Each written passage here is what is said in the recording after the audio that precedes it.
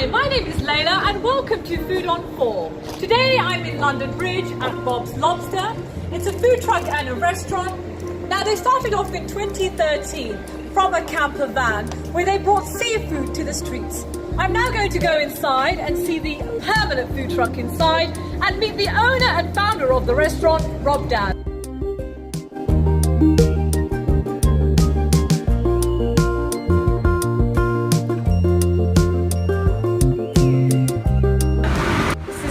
The lobster, it's being boiled.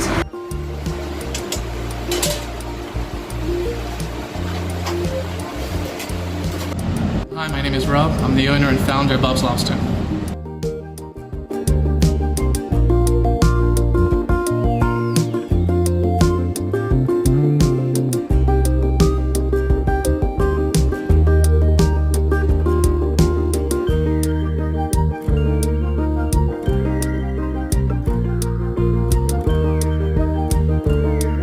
Did you decide to use a camper van? What was the idea behind it?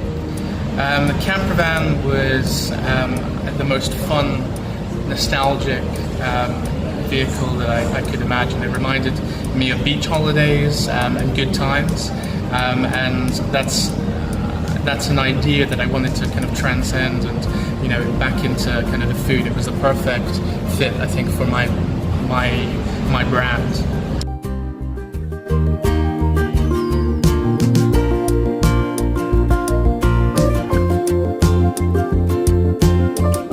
So Rob, what makes your lobster roll so special? The lobster roll is one of our signature dishes.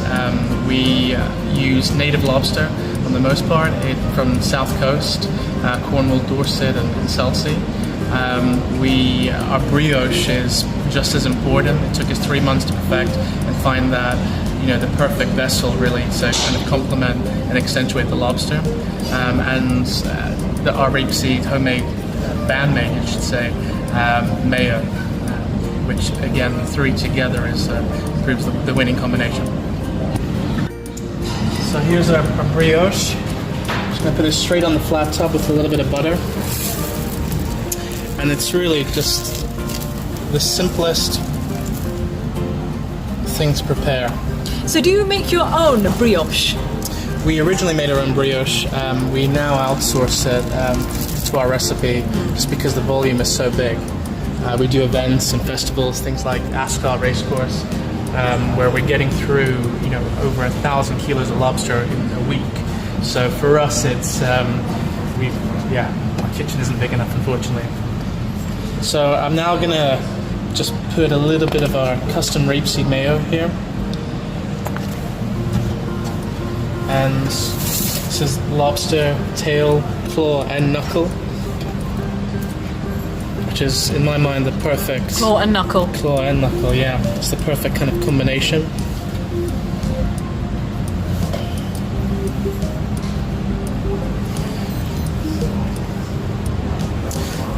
Lemon juice. And then a mix of celery salt.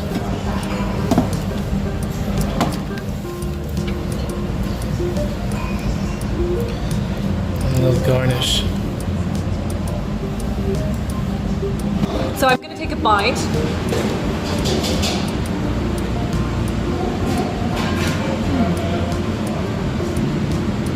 As you can see the inside of here, the meat is quite tender, and the red seed mayo is rather delicious, and the bread is very nice and crunchy.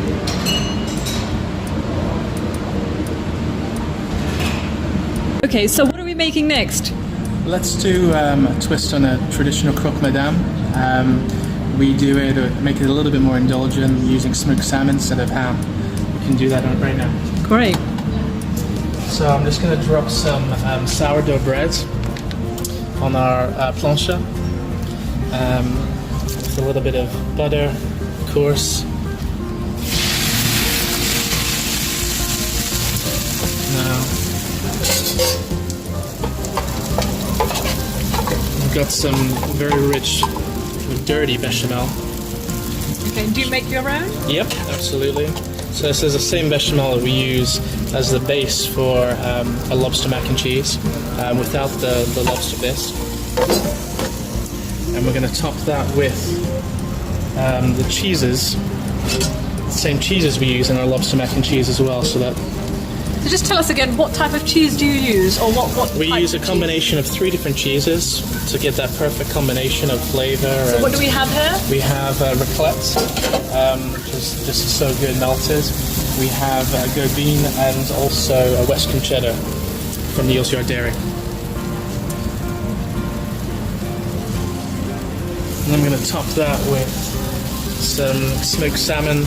It smells so nice. It smells so delicious. So the salmon we actually cure in-house as well. It's double smoked in applewood. Smoked salmon. So would you say this is a healthy option? I mean, I know you have cheese in it, but... We only serve healthy food. Yes. Okay, so we're going to take that, add a little bit more bechamel to the top, and we're going to throw that under our salamander grill.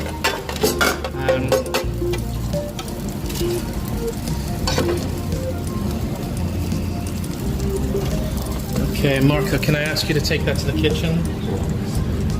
The salamander, and whilst that's cooking, we're going to fry. And how long is that cooked for, the salmon sandwich? Literally under the salamander for a minute, just to get that brown golden sear on top. And whilst that's happening, we can finish off the egg. We've got the croque monsieur back from the salamander, and we've got that crispy melted cheese, ultimate cheese sandwich. And we're just going to stack this up now. And then top it with the fried duck egg right on top. Obviously, just to let you guys know out there, yeah, this is duck egg. It's not a normal egg. No. So what's the difference then, would you say, Rob? I mean, in taste? Again, just richer, really delicious, more indulgent. And these are sourced locally? Again, all of our ingredients come from Borough Market, which is just down the road. So this is your salmon croque madame. So let's take a bite.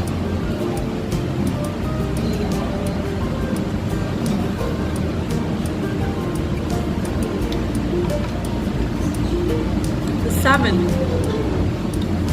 is very well made. It's nice and salty. The egg topped on top of the cheese toasting. It's just a perfect combination. The bread.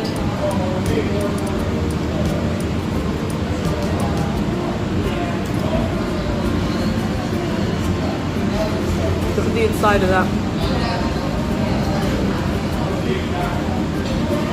The fried egg, you know, dripping onto the sour bread, the cheese melting in between.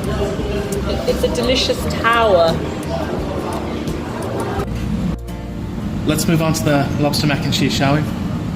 So we use every part of the lobster, and including the shells. We make a lobster bisque bechamel. Okay, so what's in that? Can you tell us what's in that? Yeah, the bechamel is well, classic bechamel, but we roast the shells in mirepoix lobster and create this really indulgent, rich cheese sauce. So just throwing in the pasta, we blanched that previously, and then we're going to bring together lobster, 3 different cheeses. We use Western cheddar, we use bit raclette and gobine, which are kind of 3 cheeses we get from Neal's Yard in Borough Market. We bring that together with lobster, of course.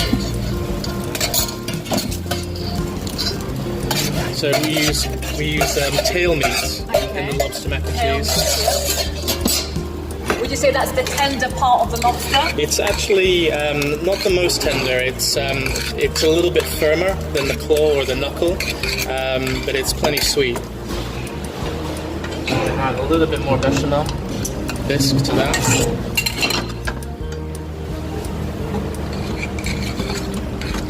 And we're just bringing that up. A little bit of oregano.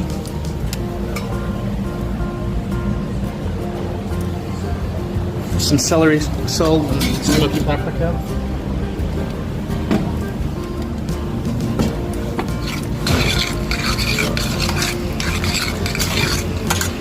Get that. Then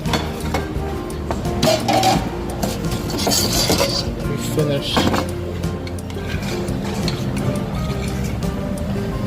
that off.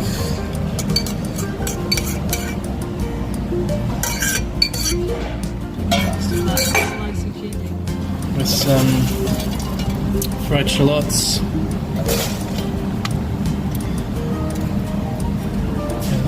and a lobster claw. That just looks so mouth-watering. There you go. And that's Bob's Lobster's mac and cheese. There you go. I'm going to take a bite with the fried shallots.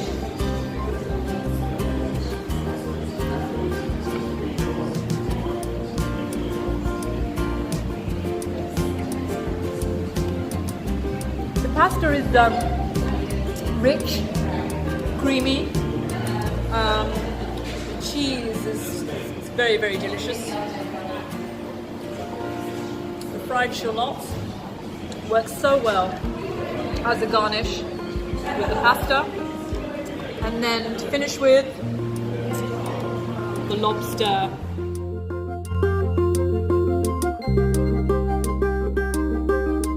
We've got some crispy wonton taco shells that we molded earlier. I'm gonna fill those with Asian slaw, coriander, Hisby cabbage, and red onion, each one. Now, then we're gonna top that with sashimi grade tuna.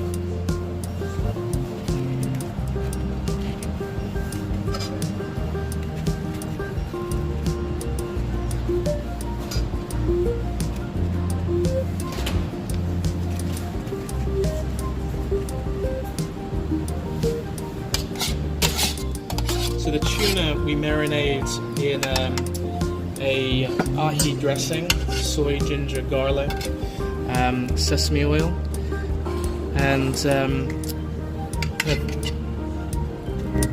then we spike it with wasabi guacamole and chipotle crema. It's something that we've been doing since day one on the van. Kind of originally inspired from a trip down to Southern California and my Mexican heritage. It's one of the most popular dishes we have on the menu. So now I'm just going to spike it with this is wasabi guacamole.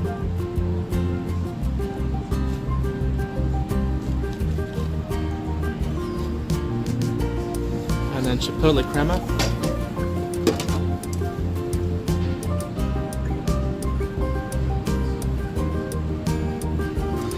This is also something that we competed in Taco Wars back in the day, and became second. Fantastic. Which was bittersweet. And I'm just finishing it off with some sesame seeds. And there you go. That is our famous ahi tuna taco. Fantastic. Great.